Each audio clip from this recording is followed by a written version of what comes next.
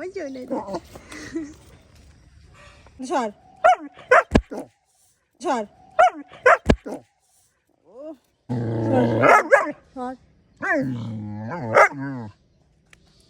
খুব ধরবি, ওখানটা যাবি না বলেছি, যাবি না।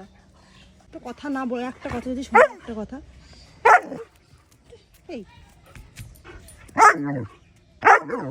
লাঠিটা দেখেছিস কি? বসে কেন, বস। শীত বলে কথা কেমন যায় যায়